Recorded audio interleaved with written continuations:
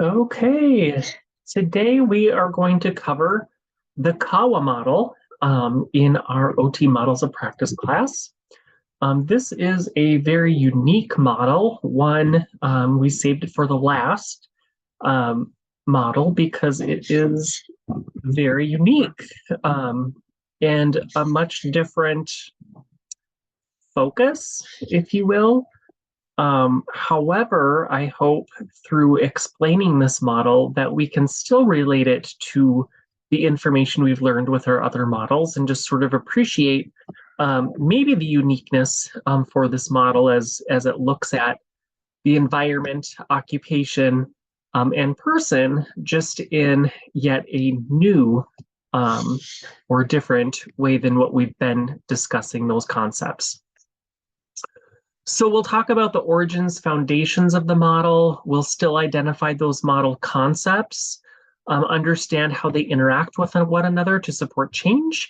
We'll talk about the use of this model in a therapeutic context, and hopefully we can think of maybe some strengths and weaknesses that this model has to offer us.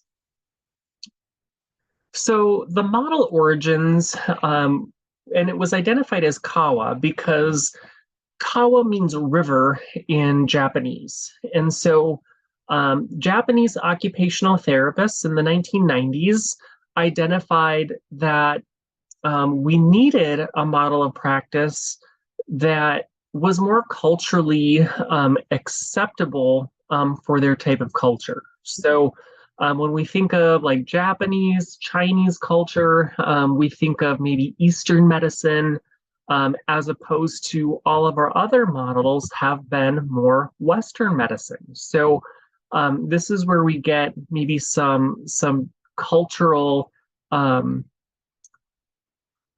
uniqueness, or maybe another tool in our toolbox that is maybe more culturally appropriate to other cultures.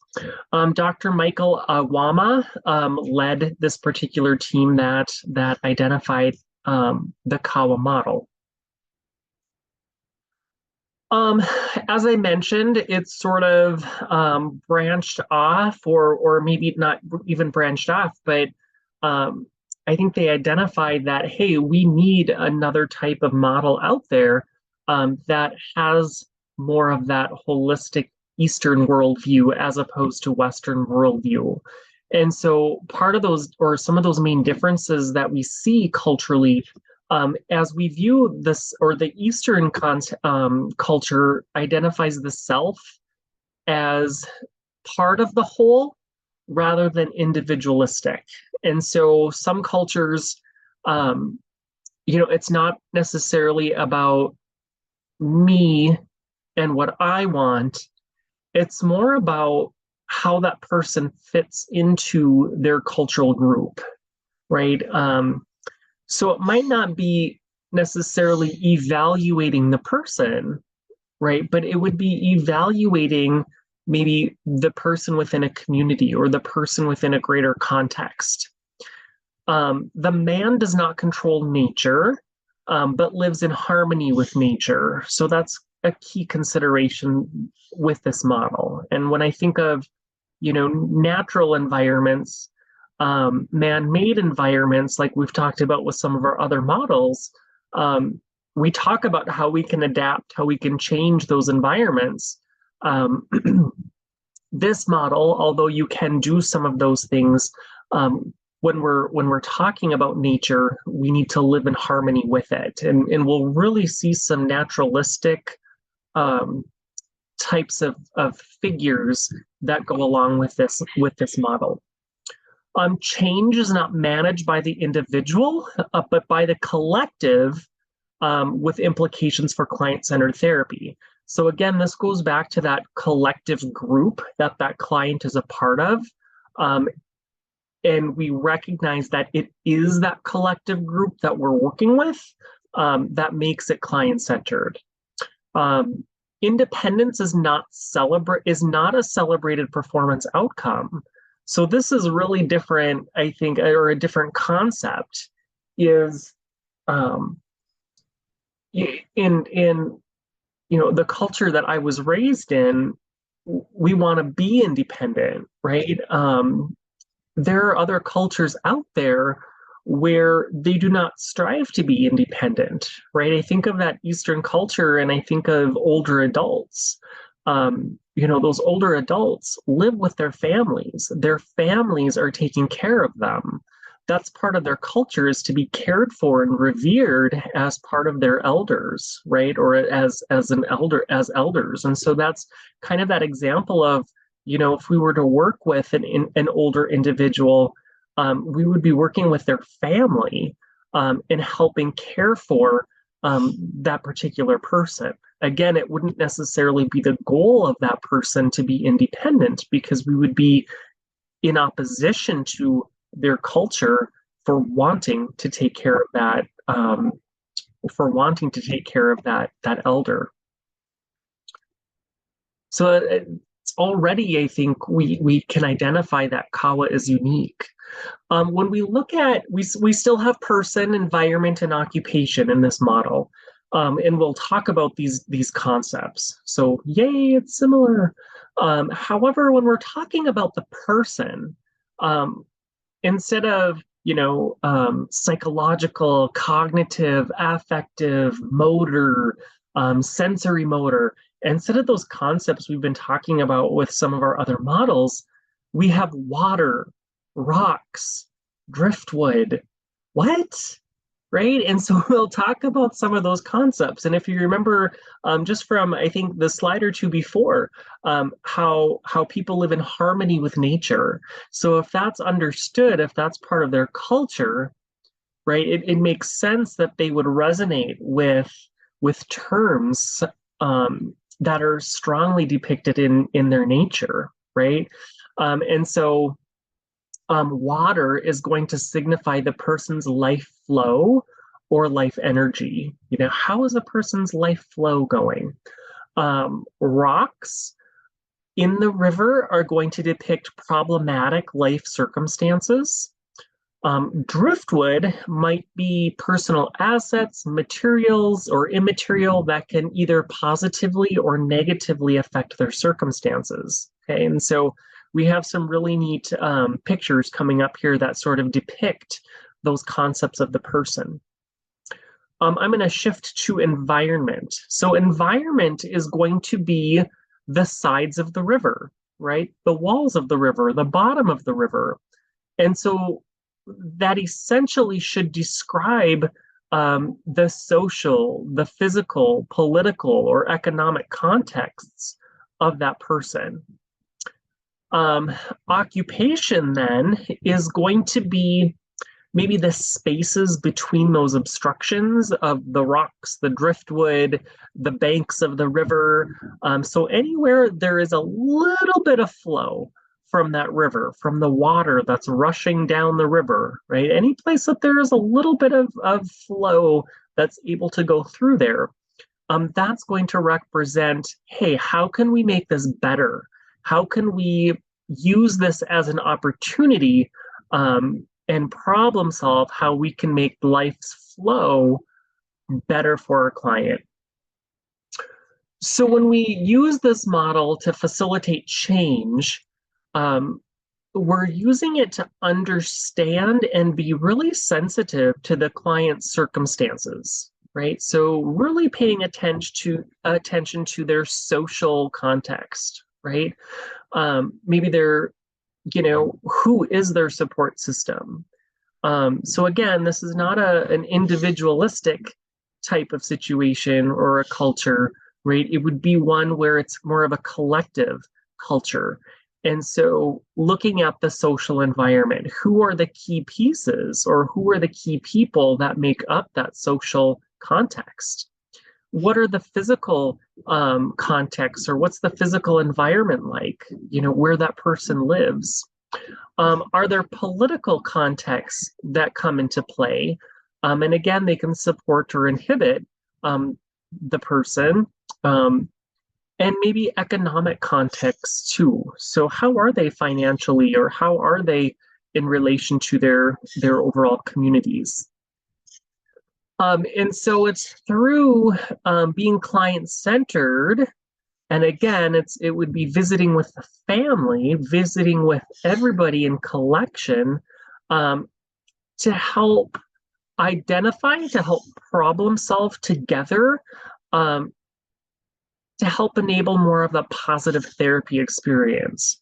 So again, our goal isn't for them to regain independence. It might not be to regain independence, but it might be to make sure that they have a really positive therapeutic experience.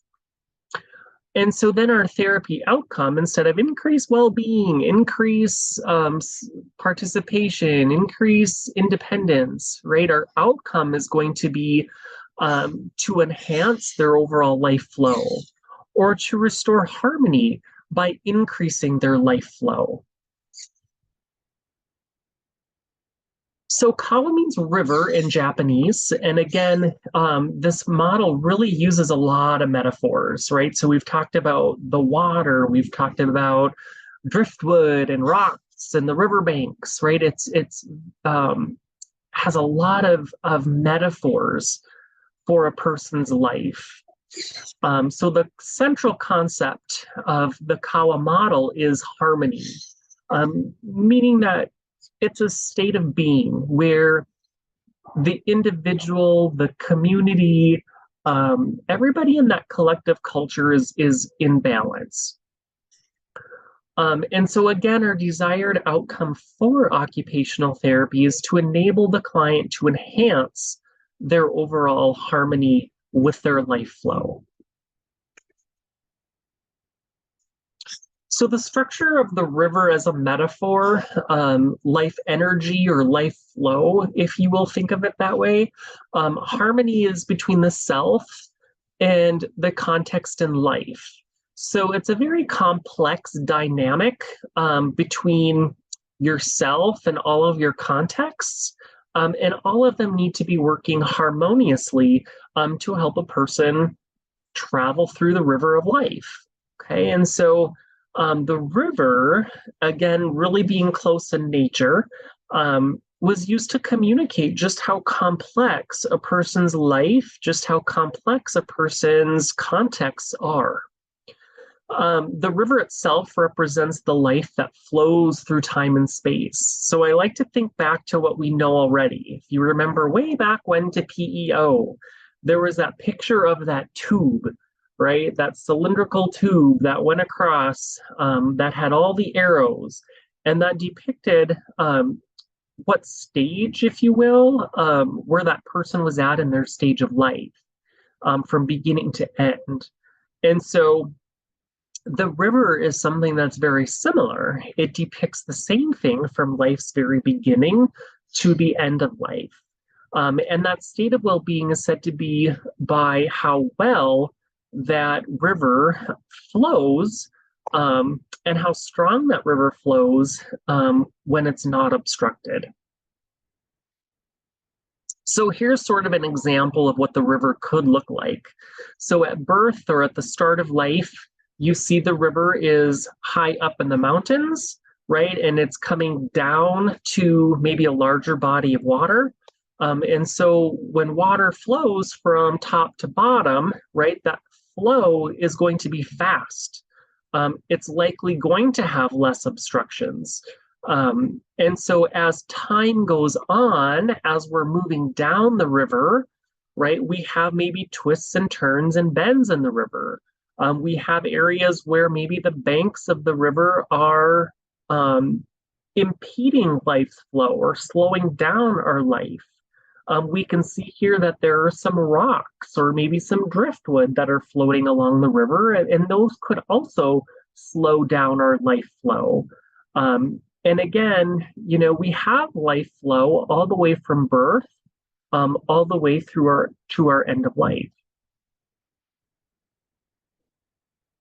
So life energy or life flow, again, the flow, like the how quickly the water flows, could be affected by the structure within the river. Okay, and so these could represent environmental aspects that are in our life, maybe the physical environment, right? It could also represent any aspects or life circumstances or contexts that we might have. So the following river structures are identified. We have the water, which is life's flow, how well we're able to move or function within our contexts. We have rocks, we have the river walls, we have driftwood, and then we have the spaces and gaps within our river. So here we have just sort of a visual depiction of a cross section of a river. You can see the river banks. You can see that there are rocks, there are driftwood in there. Again, those rocks may impact how fast, how quickly that water flows. So water, as we've talked about, is life's energy. And so weakening of the life flow or energy indicates that there's some state of disharmony or unwellness of the client. So again, how quickly or how slowly the water moves really depicts how that person is maybe functioning or what their harmony is with their context. The rocks in the river are going to be separate life circumstances. And again, if you think of rocks in a river, right, it's going to slow down how quickly that water flows. These might seem problematic. A lot of times rocks in a river can be very difficult to remove. So when I think of rocks, again, it might be certain stressors of that person or in their context. There might be some fears, maybe fear of falling. That might be a really big rock that impacts how they function.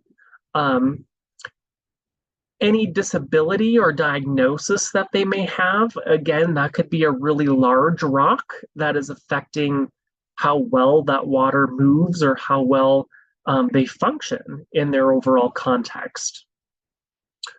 The river walls themselves can represent our environment. So it can represent our social environment, right? So what social supports do we have? Or maybe we don't have any.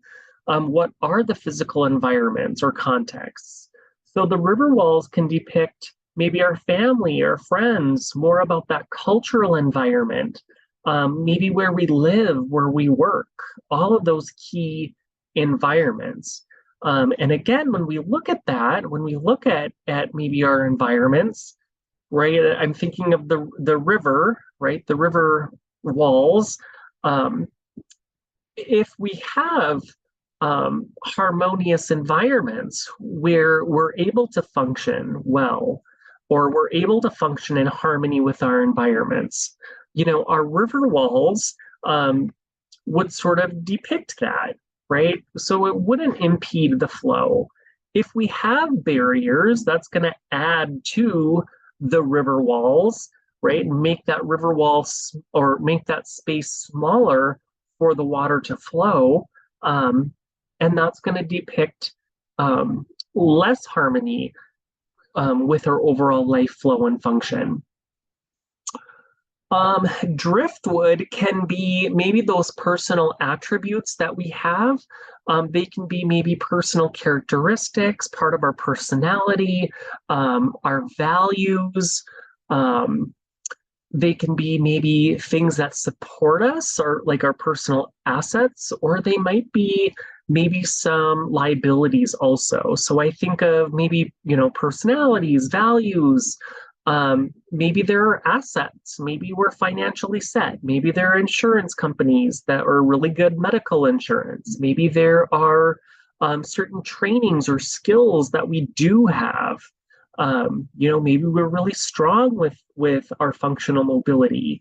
And so all of those things, again, with driftwood, sometimes it's fine. They go along the river, right? And they don't impact life's flow. Sometimes if they bunch up, if they bunch up against rocks, that might impede our life's flow. So when we look at the cross section of the river, and more often than not, when we're working with clients, they're going to have a lot of rocks, right? Maybe a diagnosis, maybe or I'm sorry, they might have stressors, they might have disabilities. Okay, they may not have the strongest social support. Their physical environment may not be conducive to their overall functioning. They might have um, maybe limited skills or limited training, um, or they might have a difficult personality. So all of those things working together are really going to limit life's flow. So when we look at that cross section, any area, any gaps are going to represent occupation, right? So the spaces and gaps where there is some life flow, um, those are going to be the factors that sustain hope for the client, for their families. And that's where OT is going to really focus its energy on capitalizing life's flow from those spaces and gaps. And so again, here we see maybe what we would identify with as a typical client, where we have a lot of silt, right? So the river is maybe life's flow is slowed. We have large rocks that are impeding life's flow. We have some of those, that driftwood that's blocking the rocks. And again, it's blocking that overall life flow. So again, we've talked about different concepts of the person, right? Water, which is life's flow, the rocks, which are difficult life circumstances, the driftwood, which can be assets that can either positively or negatively affect circumstances. So how life flow can be impacted, harmonious relationships can enable life flow. So making sure that that environment is compatible with what that person is able to do. When we increase life flow, can actually help move rocks or move difficult situations or circumstances. Or over time, maybe we can wear them down, or even create a new area for water to flow. Driftwood can block flow. Okay, so those are our personal attributes. So they can block, they can stand in our way, or they can actually help create new openings. Decreased flow can have a compounding negative effect on other elements. So rocks and driftwood in the river can butt up against the walls and the bottom, creating larger blocks or larger impediments to the river's flow. So I'm thinking of just examples, right? Rocks, like maybe a diagnosis of osteoarthritis, right? Driftwood might be, maybe I'm stubborn and I'm stuck in my ways and I only want to do things a certain way and I don't ask for help. Those kinds of things, right? So all of those things aren't going to help my situation in any way. They're not going to help my life's flow, right? Having pain from my diagnosis, not being open or receptive to maybe doing certain things to help my pain, not wanting to move, not wanting to, or really guarding my pain, those kinds of things are really going to eventually create large impediments, if you will, to my overall life's flow or function in life. So, as an OT, we would use this model by sitting down with the client and drawing out a cross-sectional view of their river, right? And so we would, and I think of, again, I always try and think of what we know about occupational profile, right? We're sitting down, we're identifying the client's culture, we're identifying what are some of those concepts of the person, what are their skill sets, what is their social environment, what is their physical environment, right? And so from there, and by drawing out a cross section of their KAWA or their river, we would identify and we would draw out the obstructions, the rocks, right? We would draw out the driftwood. And so OT in partnership with our clients, and again, it might be sitting down with the whole family and identifying these things. We want to prevent further obstruction, and we really want to look at where those opportunities are at within the context to enhance their overall life flow. And so again, this just sort of depicts, are there areas that we can optimize as therapists? Are there rocks that we can help remove? Or with our opportunities, are we able to maybe shift those to provide greater life's flow? So this model also helps us identify our OT process, right? And so our OT process from our OT practice framework, which is what we know, we're looking at OT evaluation. And so the first step in the OT evaluation is that occupational profile. And so what we see here with step one is appreciating the client context. So we get that through conducting an occupational profile. Step two, clarifying the context. So this is where we're really identifying those patient contexts or those client contexts, right? Their social supports, their social environment, their physical environment, all of those unique things that make that person unique. We could be doing that through maybe different types of assessment or through observations. Again, really asking a lot of questions with that collective whole.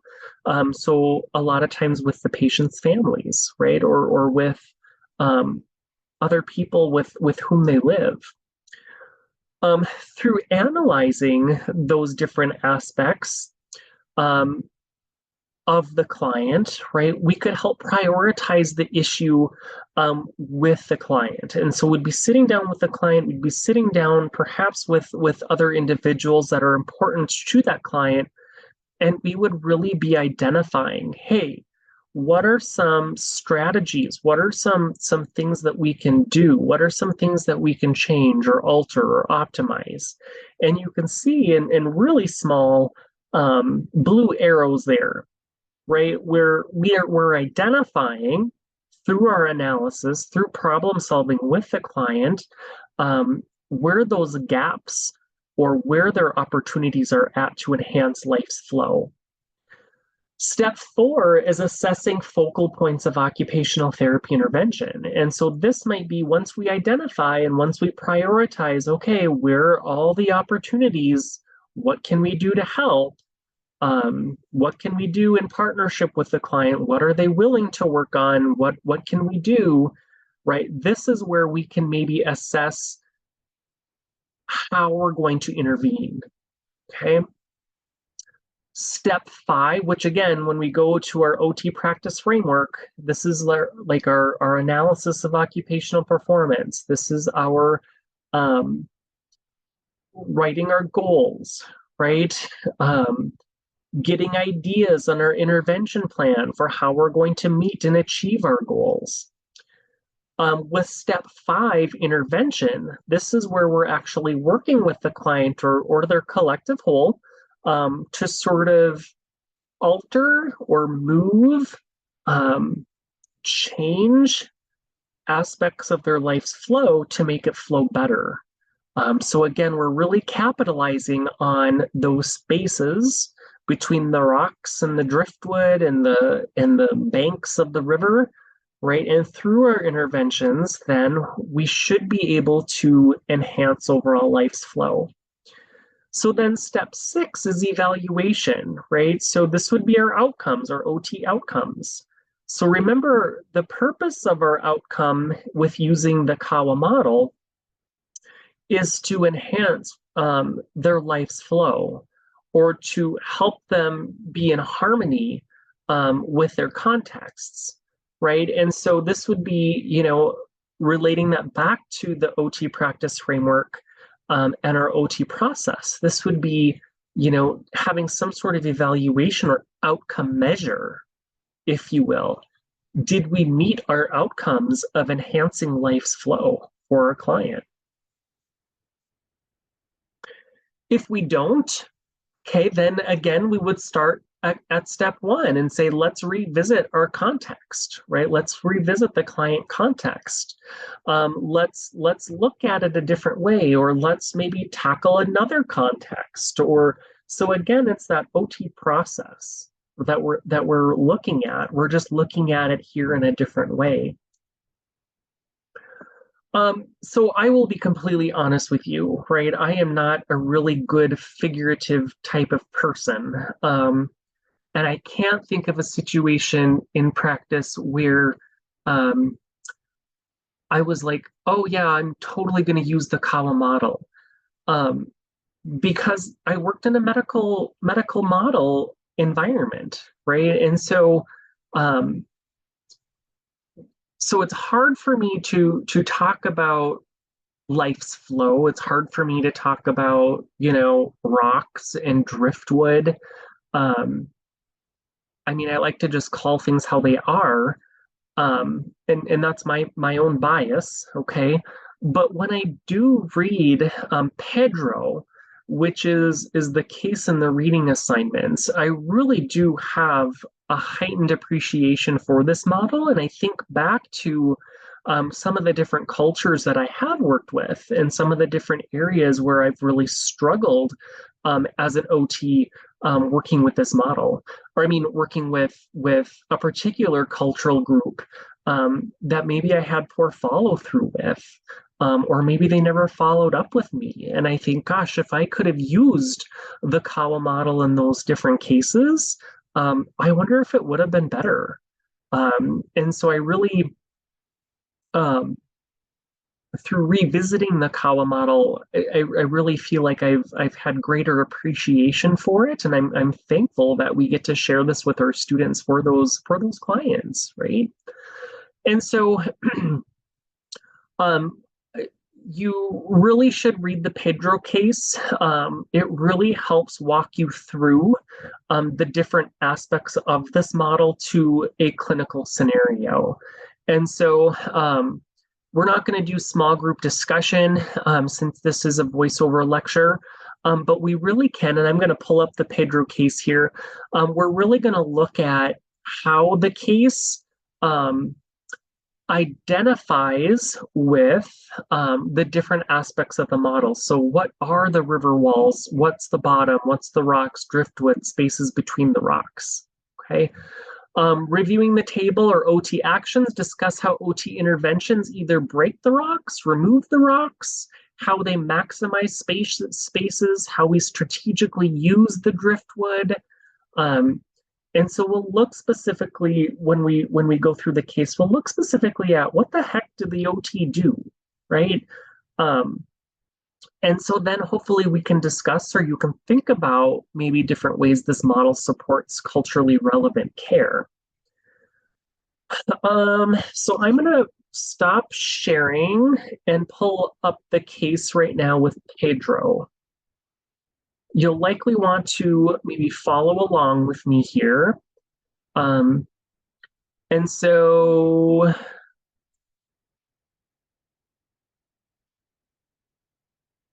you can see here that I embedded these different pictures right within my PowerPoint.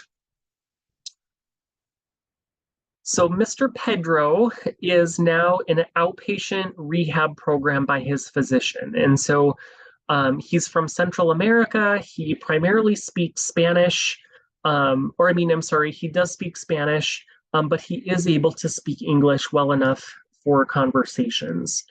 He does have osteoarthritis, and he does need help with his areas of occupation with self-care. Mr. Mendez's osteoarthritis is affecting his lumbar spine and his hip. And so as OTs, we want to find out about his meaningful occupations, come up with goals, maybe restore independence. And he seems despondent and at times even evasive. So motivation, again, when we're looking at that medical model, motivation might appear a little bit lower. So I'll let you kind of read that. As I mentioned before, um, the OT would sit down and really help draw out and identify those major concepts of the river or of Kawa. And so, Mr. Mendez and his family are part of a small, close-knit ethnic community of Guatemalan immigrants. And so, again, we're looking already at that collective whole, right? So not just Mr. Mendez, let's make you more independent, but we're really looking at that community that he belongs in, okay? His social supports, his culture. His care and health seeking behavior is constrained by regulations of his health insurance policies. Okay, and so those can be different aspects, perhaps, of that impede overall life's flow. More than his back pain, which was the reason listed for his referral, he reveals his worry about his family situation, and so his son is having trouble getting work. And he may be deported back to Guatemala. And so, Mr. Mendez is under a lot of stress. And he just says basically, everything hurts. Everything I do hurts. I'm afraid to make it worse. I can't perform the usual functions of a man. I can't even embrace my grandchildren. I feel worthless. I can't help around the house. I become a burden to my family. Okay. When asked who he's speaking with, he tears up. Oh, I miss her terribly. I talk with her all the time. About his wife who has passed away. So again, that's really part of that social context, right? Talking a little bit about what he wants to do. Of course, the first thing he wants to do is play with his grandchildren. And then apparently he has a dog and he's really motivated to take that dog to a park. However, he's having a lot of pain, right? So the therapist sits down with Mr. Mendez and his life situation. So they talk about his past, they talk about his present, they talk through all of those metaphors in the river with the rocks and the driftwood. And so then they draw the metaphor here. And so you can see here, one of the big rocks is pain and decreased mobility from his osteoarthritis. The policy of immigration status and possibly being deported, having that anxiety, having that fear, not being able to play with grandchildren, feeling lost, right? Having those feelings of insecurity, feeling lost, having that loss of role of I can't even be a man, right? All of those things are really big aspects of rocks. When you're looking at the driftwood, okay, these are some of those personal attributes, skill sets, okay, beliefs, if you will. And so, and again, they can either impede or they can support. And so pride, right? He has a can-do attitude. So that could be driftwood. Okay, well, when pride goes up against pain, or when pride goes up against something else, right? Sometimes pride can get in our way and it can impede that function. But also pride in saying, hey, I can get better, or I want to get better, right? That also can be a strength at times. The belief that he's a burden to his family, the belief that he's not able to do anything, all of those things can be driftwood, okay? When you're looking at the riverbanks, okay, this can be your physical, this can be your social, this can be those different contexts, if you will. And so some of those contexts can be families, right? His wife that's deceased, his living community, his pet dog, his house, which is part of his physical environment. And here it's presenting as a lot of silt, right? Which is impeding that riverbank, or it's impeding the life's flow. The riverbank also has larger types of of aspects of our of the environment. So the policies, immigration laws, health insurance policies, right? Not being able to access maybe health care because of his immigration status. And so you can see here, there are some areas and areas for OT to focus on because we can see some flow of the river. But let's take a look at maybe table 1, the concepts here.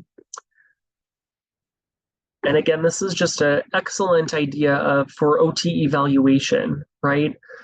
So we have on the left-hand side the specific KAWA aspects or concepts: rocks, river walls and bottom, driftwood. Okay, and so again, they kind of define that here or define those concepts for us. And then they specifically relate those to Mr. Mendez. So pain, mobility, immigration status, can't play with his children, can't fulfill his family duties, feeling lost. Those could be seen as rocks. For river walls and bottoms, right? We have maybe the macro level, which we kind of see as the silt, if you will, or the dirt of the river. And then the macro level, right, which are more of the parts of the river bottom and sides as well. Health insurance policies, those aspects of the environment, social environment, culture, community, driftwood, right? Those are his thoughts, his attributes, resources that can positively or negatively affect him. And so we talked about pride, feeling or believing he's a burden, feeling that he doesn't have much context or he isn't able to do, or confidence, I'm sorry, he isn't able to do those things. So when we look at water, or when we try and explain his overall life's flow, okay, and again, I go to analysis of occupational performance, which is part of OT evaluation. Water continues to flow in volume around his arthritis and functional consequences, okay? And so his driftwood, that's sort of impeding his overall life's flow. There is still some flow, but to a lesser extent because of those structures and components in his river diagram. So those big rocks, right, that driftwood, it's all impeding his life flow. The spaces and gaps, and this is where OT comes into play. So potential OT treatment approaches and points of intervention, we're going to focus on the gaps or the channel which water still courses, okay, and the specific structures that form those particular boundaries. So as I'm reading this, I'm going, how, tell me how, right? How do we do that? And so possible OT interventions, and I think this is interesting, they look at what could OT do for the rocks, okay? So pain, decreased mobility from osteoarthritis. Maybe he could attend arthritis activity groups, okay? Again, with the culture, it's that collective whole, right? So are there other people in his social environment where that would really be helpful? Of course, right? And this might be more medical model, or depending on where you're working, even I think, chiropractic care and even some PTs. And I mean, there's getting to be more and more Eastern types of medicine, medicinal practices that are filtering their ways into our medical model practice to be more holistic. So exercise is an education on body mechanics to prevent pain, right? Maybe there are some pain reduction strategies that we could do, or some kind of holistic modalities that we could do. Let's see here. That might help him be able to play with his grandchildren if we teach him some proper ways on getting up and off the floor to play with them, or different strategies, those kinds of things. I think it's also neat that this model might point out some interdisciplinary types of approaches. Okay. So again, if somebody's having back pain, I might recommend maybe physical therapy, right? I might recommend chiropractic care, which might do acupuncture, which again is rooted in the Eastern types of medicine. Social work consult for Mr. Mendez to discuss immigration situation, right? So OTs, I don't know a lot about immigration, okay, but I bet a social worker might. Um, Problem solve to look at possible activities that Mr. Mendez can share with his grandchildren. And so, what types of things, again, and this is where we would assess the greater whole, what kinds of things are his grandchildren interested in? And can we match what those interests are with Mr. Mendez's function? Coordinate with other team members, such as nursing, psychology, social work, maybe PT, maybe chiropractic care, or something, some other types, where we could have a family conference. Again, it's not necessarily about the individual, but it's about the collective whole. And so, again, I think a strength of this is we're not the only ones, as OTs, we're not the only ones that are able to help Mr. Mendez, right? He has a very complicated situation with a lot of rocks and a lot of driftwood and a lot of components to that river bottom. And so maybe we need to get more disciplines in there to help tackle some of those barriers for him. Let's see here. I think, this acknowledges Mr. Mendez's loss of life partner is important. And so again, this might be having him visit with a psychologist or a social worker to look through some of those concerns. Examine ways Mr. Mendez can be involved in his community and what supports are available in his community. And again, I think a social worker will really be able to help identify those as well. I think with OTs, we also can look at, the micro level, looking at how can we help facilitate his relationship with his dog. His dog is clearly important to him.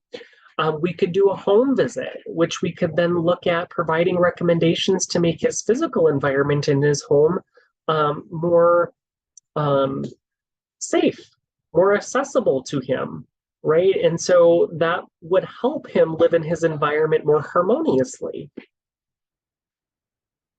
When we look at maybe the aspects of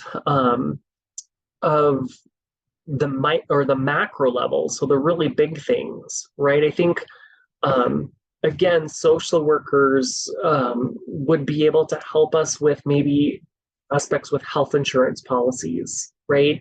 And understand more about the immigration. And so making sure that, and by looking at his KAWA, we can identify some of those key players. Let's see here. So looking at driftwood,